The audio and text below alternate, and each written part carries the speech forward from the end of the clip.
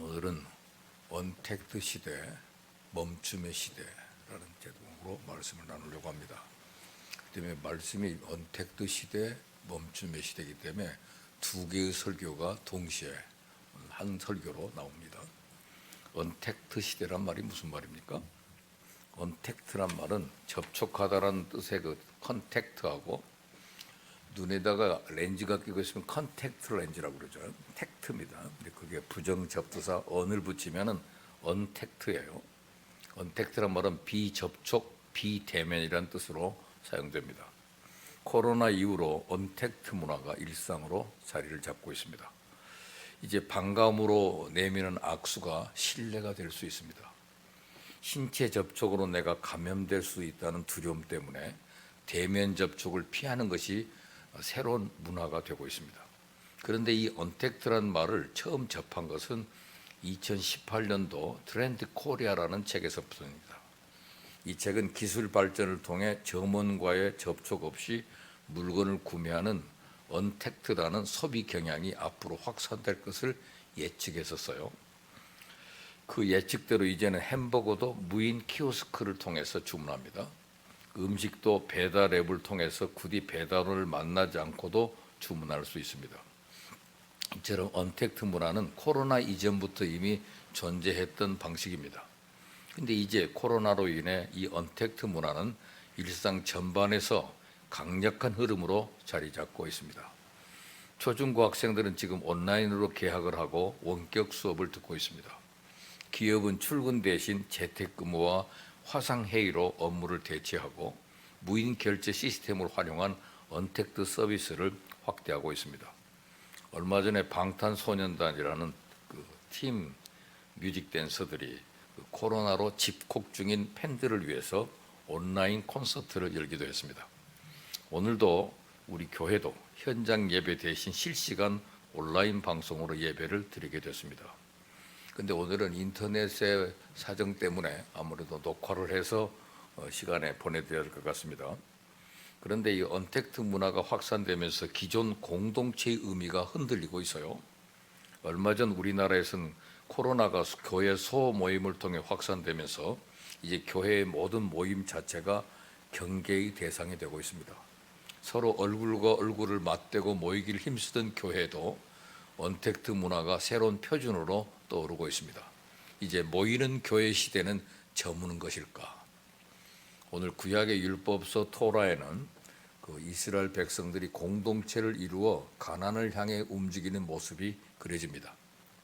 이들의 모습을 통해 하나님이 그리시는 공동체는 무엇인지 함께 살펴보며 은혜를 나누고자 합니다. 우리 창세기, 출애굽기, 레위기, 민수기, 신명기, 오경을 토라라고 하는데 그중에 민수기는 공동체 구성에 관한 메시지입니다.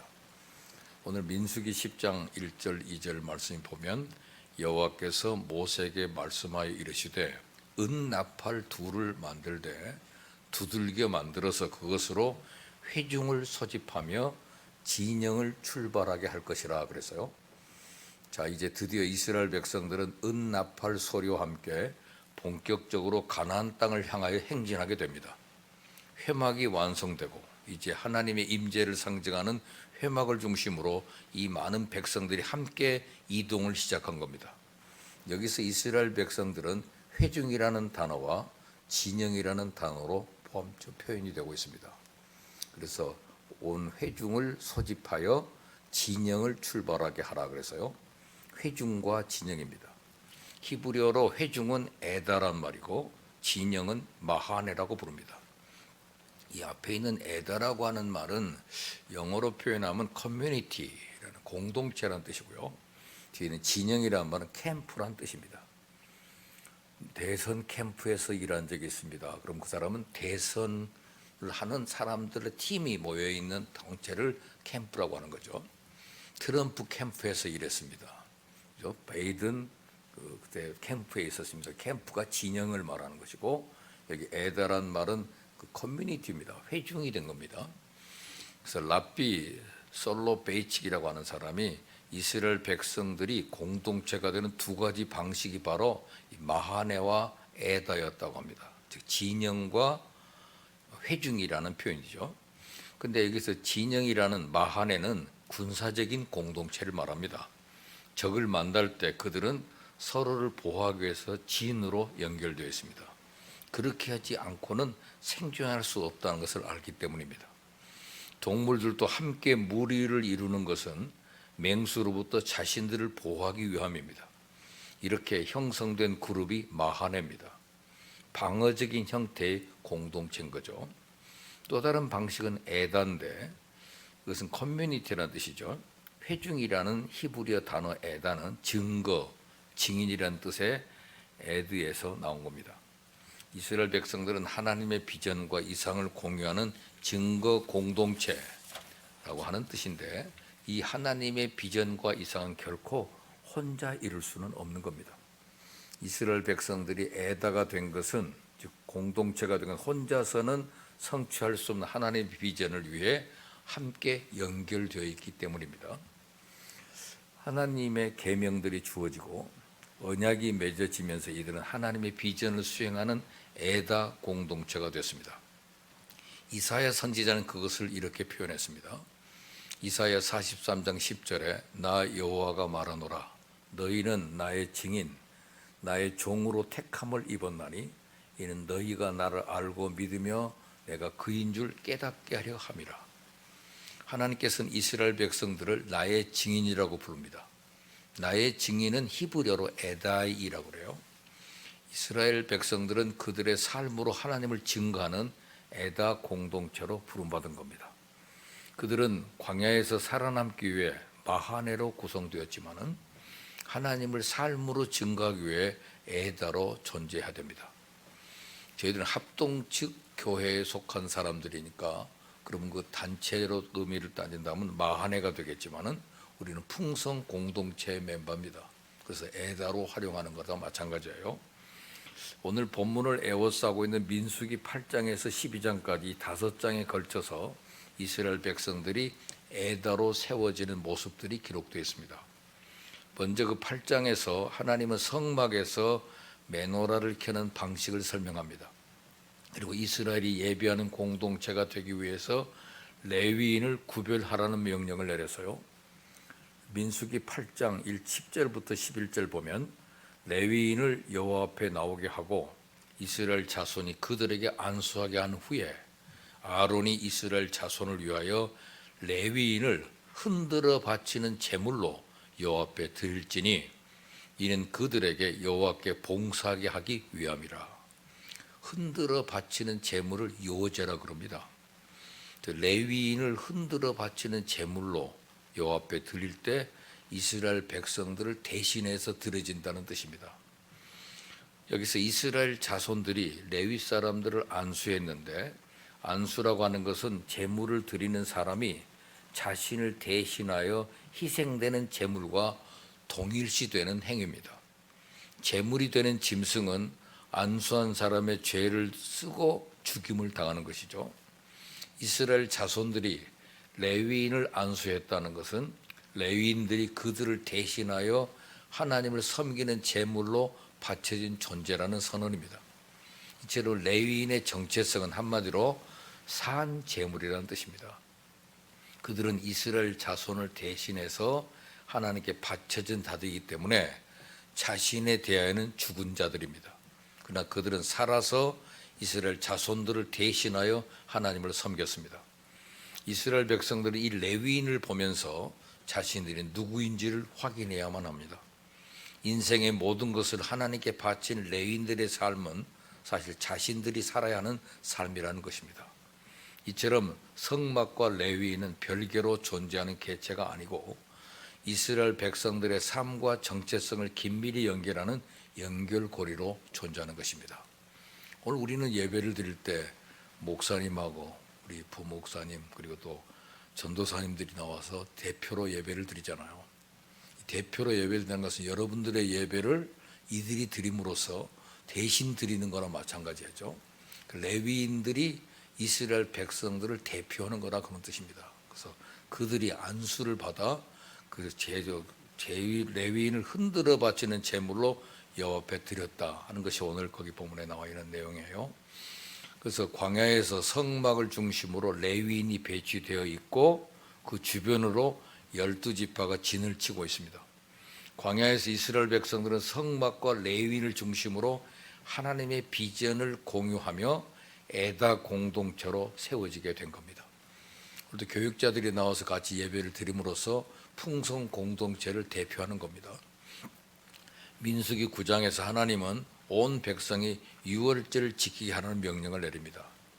8장에서 자신을 산 제물로 드리는 레위 지파의 순종은 이제 9장에서는 온 백성의 순종으로 확대가 됩니다. 10장에서는 은나팔 소리와 함께 이스라엘 백성들의 행진을 시작합니다. 오늘 민수기 10장 33절 34절 보면 그들이 여호와의 산에서 떠나 3일 길을 갈 때 여호와의 언약궤가 그 3일 길에 앞서가며 그들 쉴 곳을 찾았고 그들이 진영을 떠날 때에 낮에는 여호와의 구름이 그 위에 덮였었더라 그랬습니다. 이 정도면 불멸의 공동체가 광야의 행진을 시작하고 있는 느낌입니다. 그런데 11장에 가보면 이스라엘 백성들이 폭망하는 사건이 벌어지게 됩니다. 민수기 11장 1절에 보면 여호와께서 들으시기에 백성이 악한 말로 원망하며 여호와께서 들으시고 진노하사 여호와의 불을 그들 중에 불어서 진영 끝을 사르게 하시며 그랬습니다. 백성들이 원망하자 하나님은 불로 심판했습니다. 출애굽기에서도 백성들이 원망한 적이 있었어요. 마라의 물이 써서 먹을 수 없자 백성들이 원망했습니다. 그런데 그때는 하나님께서 심판하지 않았습니다. 하나님은 쓴물을 단물로 바꿔주시며 나는 너희를 치료하는 여호와임이라고 말했습니다. 무슨 차이입니까? 왜 그때는 원망했을 때 심판하지 않았을까요? 또 한 가지 사건이 있습니다. 민수기 11장 4절에 보면 그들 중에 섞여 사는 다른 인종들이 탐욕을 품음에 이스라엘 자손도 다시 울며 이르되 누가 우리에게 고기를 주어 먹게 하랴. 이스라엘 백성들을 따라 출애굽한 다른 인종들이 음식 때문에 불평하기 시작을 했습니다. 애굽에서 먹던 생선, 오이, 참외, 부추, 파, 마늘을 그리워했습니다.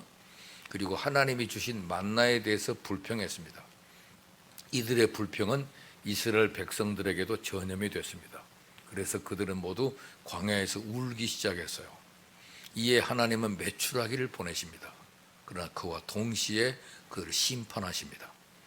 민수기 11장 33절 34절 보면 고기가 아직 이 사이에 있어 씹히기 전에 여호와께서 백성에 대하여 진노하사 심히 큰 재앙으로 씻었으므로 그곳 이름을 기브랏 핫다오라 불렀으니 욕심을 낸 백성을 거기 장사함이었더라 그랬습니다. 만나를 지겨워하며 불평했던 것은 출애굽기에서도 있었던 일입니다. 그런데 그때 하나님은 메추라기를 보내어 먹게 하셨지 그들을 심판하지는 않았어요. 무슨 차이가 있을까요? 왜 출애굽기에서는 심판하지 않고 민수기에서는 가혹하게 심판했을까? 답을 얻기 위해서는 우리는 이 두 본문 사이에 어떤 일이 있었는지를 살펴봐야 됩니다. 무슨 일이 있었을까요? 그 사이에 있었던 일은 하나님께서 시내산에서 이스라엘 백성들과 계약을 맺으신 일입니다. 시내산 이전의 이스라엘 백성들은 출애굽하여 갓 입양된 양자와 같아요. 하나님의 비전과 이상을 알지 못했습니다. 그러나 시내산에서 그들은 하나님의 비전과 이상을 공유하게 됐습니다. 그리고 언약을 맺었어요. 그들은 이제 그들의 삶에서 하나님의 계명을 지키며 그 계명에 책임을 지는 백성이 되어야 했습니다. 그들은 단순히 생존과 번영을 위해 부름을 받은 것이 아니라 하나님을 증거하는 공동체가 되기 위해서 부름을 받았기 때문입니다. 마하네로 조직된 그 캠프가 된 이스라엘 백성들은 더 나아가 하나님의 비전을 이루기 위한 공동체가 되기 위해 그들이 불순종할 때는 혹독한 대가를 지불해야만 했습니다. 가나안으로 향하는 이스라엘 백성들 이처럼 혹독한 시련을 통해 믿음의 공동체로 세워져 갔던 겁니다.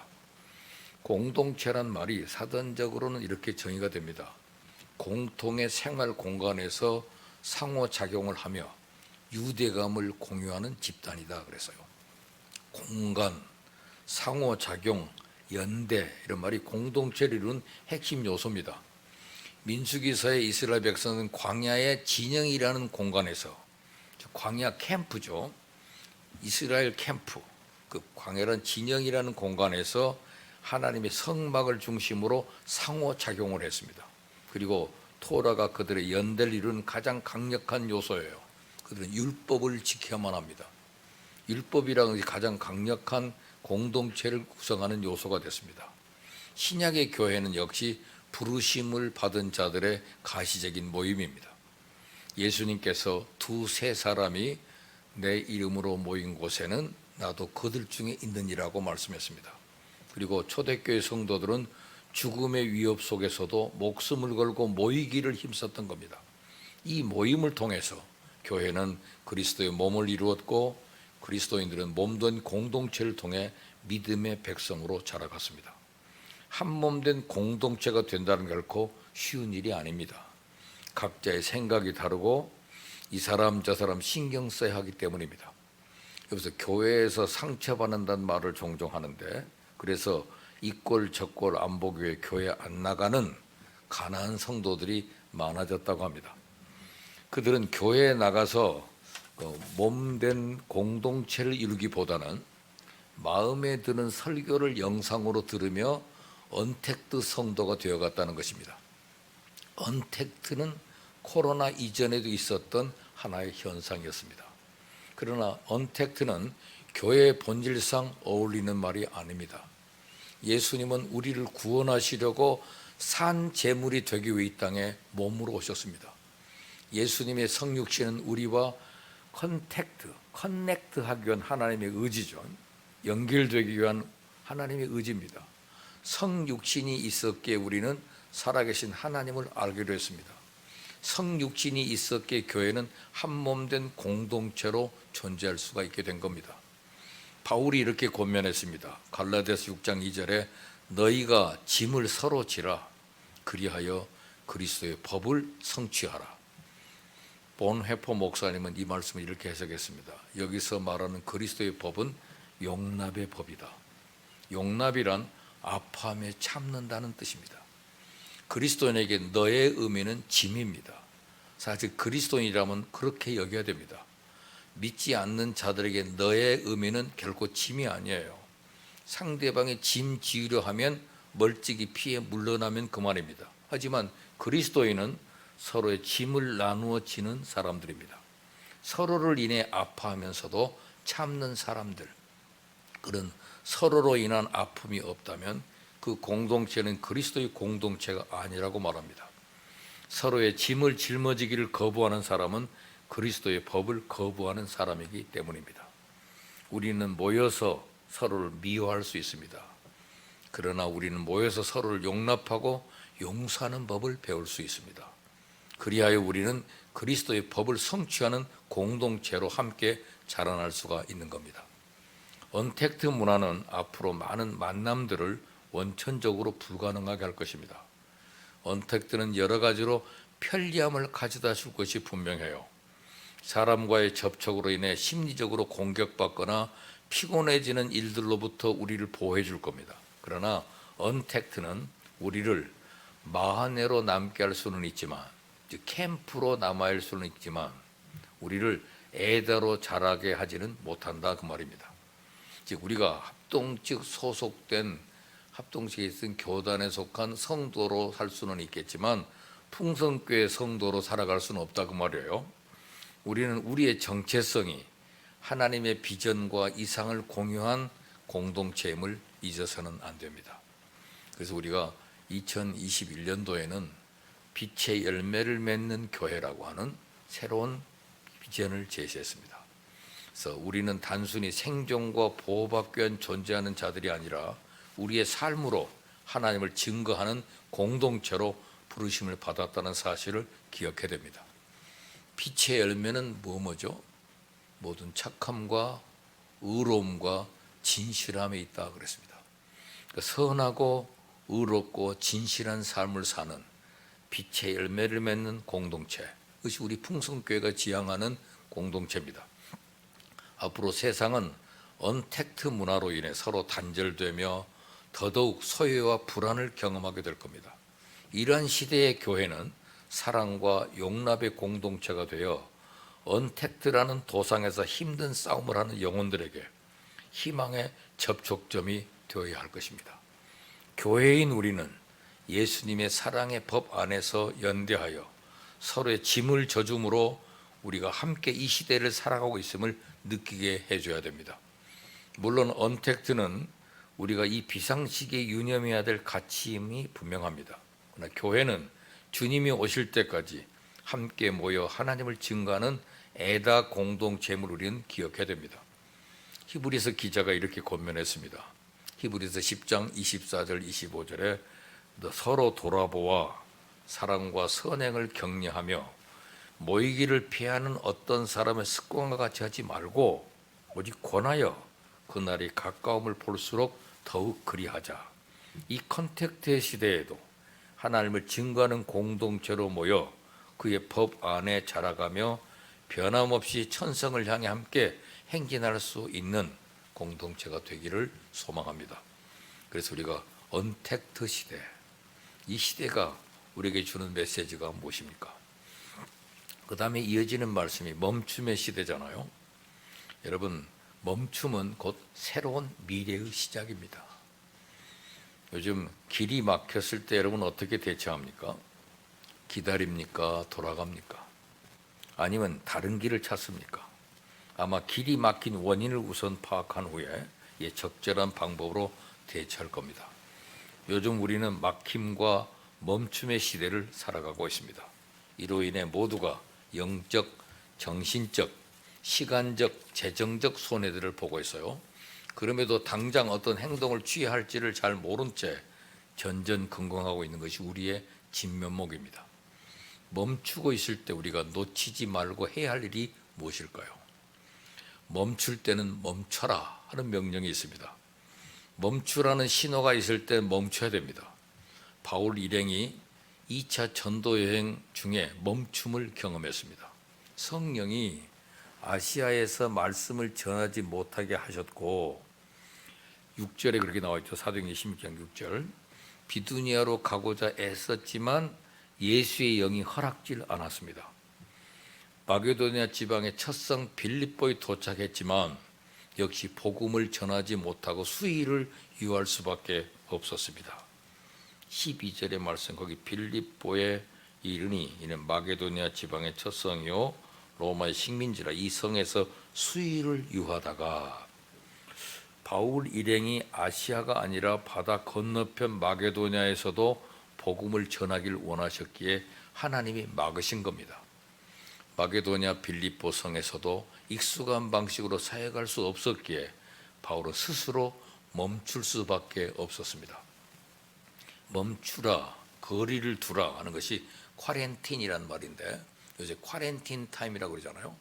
서로 거리두기 하는 시간들. 최첨단 핵 잠수함이라 할지라도 바닷속에서 90일 이상 작전을 수행할 수가 없답니다. 음식이나 연료 부족 때문이 아니에요. 북극성을 향해 방위를 재설정해야 하기 때문입니다. 지구의 자력 때문에 90일 정도가 지나면 항법 장치들이 오차가 생긴다는 겁니다. 그러기에 반드시 모든 임무를 멈추고 수면으로 올라와서 멈춘 후 북극성을 추적하고 그 기준에 모든 게이지를 다시 맞춰줘야 된다고 합니다. 오차 없는 임무 수행을 지속하기 위해서 멈춤은 필수 요소입니다. 요새 예배당에 들어올 때 온도 체크를 하는 조그만 계기도 계속 하다 보면 나중에 오차가 자꾸 발생합니다. 그것은 그 기계가 잠시 멈춤을 필요로 한다는 겁니다. 새롭게 세팅해달라고 하는 요구예요. 지금 인터넷이 조금 말썽을 일어서 속도가 느려지고 끊어진다고 하는 것은 잠깐 좀 멈춰서 수리를 해줘야 됩니다. 계속 쭉 해오던 상태에서 이제 새로운 그 변화를 요구받는 거예요. 여러분도 핸드폰을 사용하다가도 자꾸 오차가 생기고 그럴 때는 껐다가 다시 켜라고 그러잖아요. 그처럼 멈춤이 필요하다는 사실입니다. 멈춰야 할 때 멈추길 원합니다. 브레이크를 밟아 속도를 줄여 시동을 끄고 운전대를 내려놓기를 원합니다. 속력을 내지 않고 멈출 때가 주님과 깊이 교통할 수 있는 최상의 시간이 될 겁니다. 또한 멈춤은 몸과 마음이 안식할 수 있는 시간이 제공됩니다.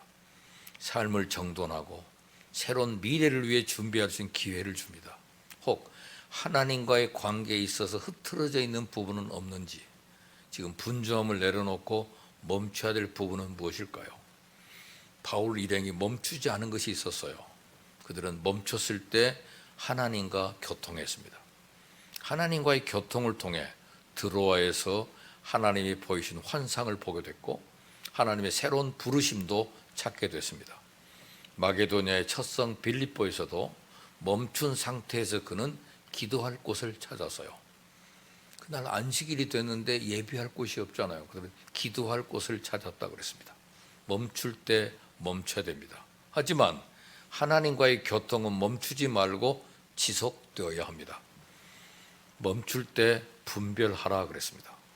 멈출 때 하나님의 뜻을 더 잘 분별할 수가 있습니다.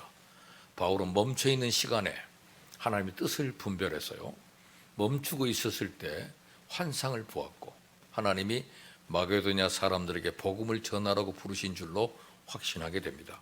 10절, 바울이 그 환상을 보았을 때 우리가 곧 마게도냐로 떠나기를 힘쓰니 이 하나님이 저 사람들에게 복음을 전하라고 우리를 부르신 줄로 인정함이라라 그랬어요.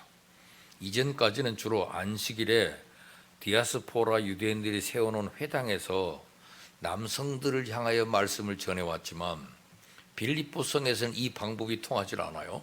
그래서 기도할 곳을 찾아 강가로 나갔고 그곳에서 루디아를 만났고 주님이 루디아의 마음을 여셨음을 보게 됐습니다. 멈춤을 통해 이전과는 전혀 새로운 방식으로 역사하시는 주님을 섭리를 발견하게 되고 그의 뜻을 분별하게 된 겁니다. 모든 것이 멈춰질지라도 하나님의 뜻을 분별하는 것까지 멈추지 않기를 원합니다. 하나님께서는 성령님에 의해 말씀과 기도, 교회와 환경을 통해 자신의 뜻을 나타내십니다.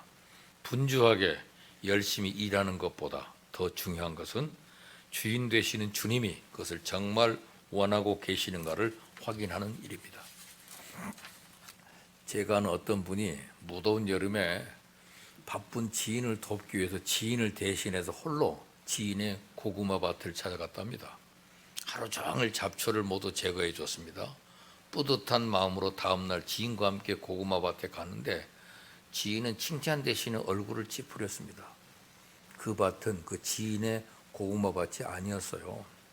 열심히 했지만 옆집 고구마 밭에도 헛물을 켰던 겁니다. 혹 우리도 헛물 켜고 있는 것은 없는지 살펴봐야 됩니다. 하나님은 하나님의 계획에 따라 막으시기도 하지만 새로운 것들을 여시기도 합니다. 아시아가 아니라 마게도냐를 여셨어요.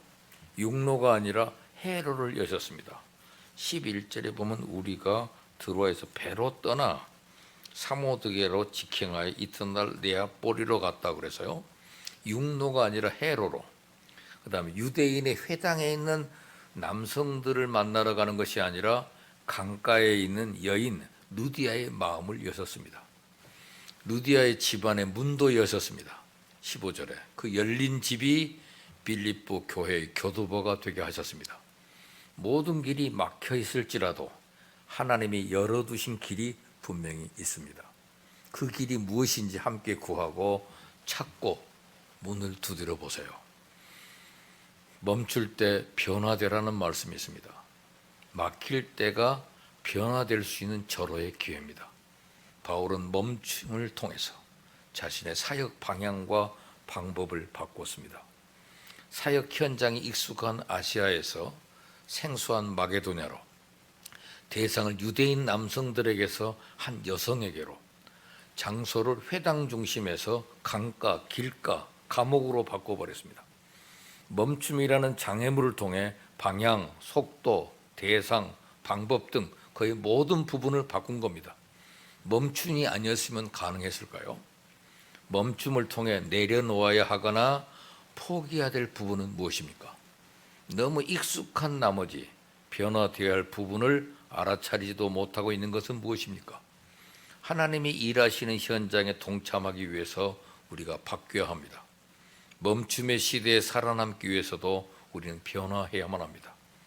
확신하고 있었던 계획들, 당연하게 생각했던 기존의 가치관, 성공했던 경험들, 변화 자체를 싫어하는 본성을 바꾸기를 원하십니다. 얼마 전에 그 목회 데이터 연구소가 제공한 한국인의 종교에 대한 인식 조사에 의하면 개신교에 대한 이미지가 싸늘한, 거리를 두고 싶은, 사기꾼 같은, 이중적인 등으로 조사됐다고 합니다. 한국 종교계의 문제점으로는 종교계 자체 부정부패와 집단 이기주의 등으로 파악돼서요. 참으로 충격적인 결과입니다. 최근 발표한 총회의 위드 코로나 시대 한국교회 미래 전략 수립 조사 결과에서도 역시 한국 사회는 종교 이미지 개선을 위해서 종교인의 생활 태도, 종교 지도자들의 신뢰 회복을 최우선으로 꼽았습니다. 이렇게 언택트 시대, 멈춤의 시대가 왔을 때는 우리 한국교회 방향도 좀 바꿔야 된다는 사실을 우리에게 주는 기회입니다. 지금 우리 한국교회에 대한 이미지가 너무 안 좋아요. 아까 통계가 있어서 싸늘한 교회, 거리를 두고 싶은 교회, 사기꾼 같은 교회, 이중적인 교회에 대한 이미지가 너무 안 좋습니다. 이제는 언택트 시대 그리고 멈춤의 시대에 왔기 때문에 이것을 이미지 개선을 위해서 종교인의 생활 태도, 종교 지도의 신뢰 회복이 우선적으로 필요하다는 사실을 발견합니다. 한국교회 목회자, 성도들은 이 멈춤을 통해 변할 수밖에 없습니다. 아니, 변해야만 합니다. 복음의 본질은 생명 걸고 지켜내야 합니다. 그러나 본질 이외의 것은 과감하게 내려놓을 줄 아는 믿음의 결단과 용기가 필요하기 때문입니다. 멈춤, 새로운 미래의 시작입니다.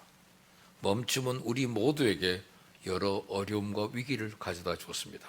하지만 멈춤을 통해 하나님과 더 깊은 친밀감을 누린 기회로 삼기를 원합니다.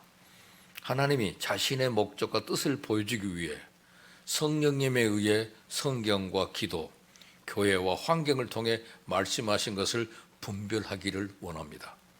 멈춤으로 사회와 이웃이 교회에 원하고 기대하고 있는 것이 무엇인지 귀담아 듣기를 원합니다.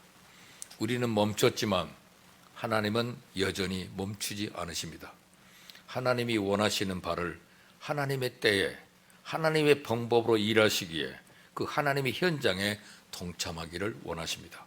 단 우리의 믿음의 결단과 과감한 변화가 동반되어야 합니다. 그렇게 한다면 멈춤은 곧 새로운 미래의 시작이 될 것입니다. 우리는 언택트 시대, 멈춤의 시대에 새로운 변화를 요구받고 있습니다. 이번에는 우리 한 번도 경험이 못했던 크리스마스 예배를 드리게 될 것입니다. 송구 영신 예배도 종전의 방식과 다른 예배로 바뀌어집니다. 우리가 어떻게 변화될 것인가? 이 변화를 요구받고 있는 시대입니다. 멈추라 할 때는 멈추고, 멈출 때는 더 묵상하고 변화되고, 멈춤은 새로운 미래의 시작임을 깨닫는 복된 기회가 되기를 바랍니다. 기도합시다. 하나님 아버지, 지금 저희들은 한 번도 경험이 못했던 언택트 시대 그리고 멈춤의 시대를 살아가고 있습니다. 우리 자신을 한번 돌아보고 정말 우리의 모습이 변화되기를 요구하시는 주님의 이 명령 앞에 우리가 이번 기회에 변화돼서 좀 하나님을 기쁘시게 하는, 하나님께 영광을 돌리는 우리 모든 지체가 되고 교회가 되게 하여 주옵소서. 예수님 이름으로 기도합니다. 아멘.